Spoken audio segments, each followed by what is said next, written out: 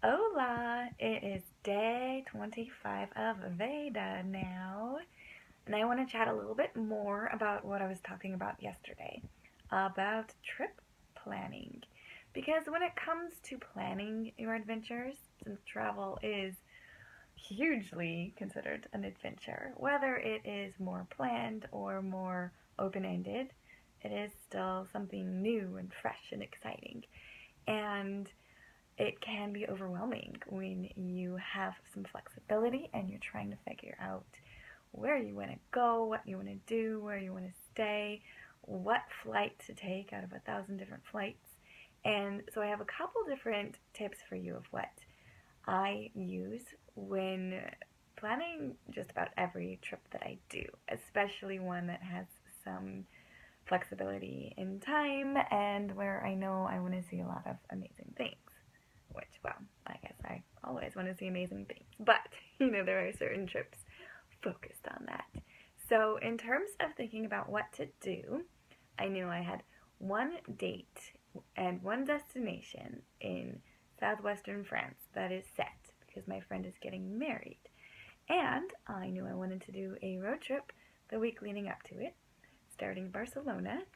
And as far as filling in the gaps of what to do from there, I do a few things just to look into detail. One of them is this book.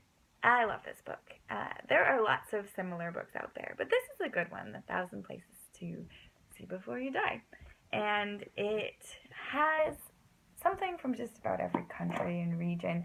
And so wherever I'm going, I like to take a look at this just to get some ideas jogging if I'm going near any area that is listed. So I'll be in Spain and France and check out that. I also do things like this one. Nat Geo's got some really good variety of books. So the 10 Best of Everything has more specific locations, but there are some really excellent tips in there. And then the third one is I go online and I look up World Heritage sites and see what areas I can look at there. And I think I mentioned this too yesterday, but because we're in France, we are also going to look up a couple options for Michelin star restaurants because there's so many in France that you can find some cost-effective, amazing ones. So that's exciting. And in terms of flights, because I know booking flights can be especially daunting when you're trying to book them yourselves. So two sites that I like to start with are kayak.com and momondo.com. That's MOMONDO, and I'll add that in the details below as well. And that gives you a great idea of different flight options for the different price, and it's really important to use the filters so you don't end up booking a flight that has a 12-hour layover unless you want that, or booking a flight where you have to actually switch airports in the same city. So you fly into one city, but then you have to go across town to take your next flight. Those, it's not worth messing with. Like, one I came across was flying, there was a layover in New York, so flying into LaGuardia and flying out of JFK, just not worth it. Just avoid those. It's not worth the money, I think, just for that extra hassle.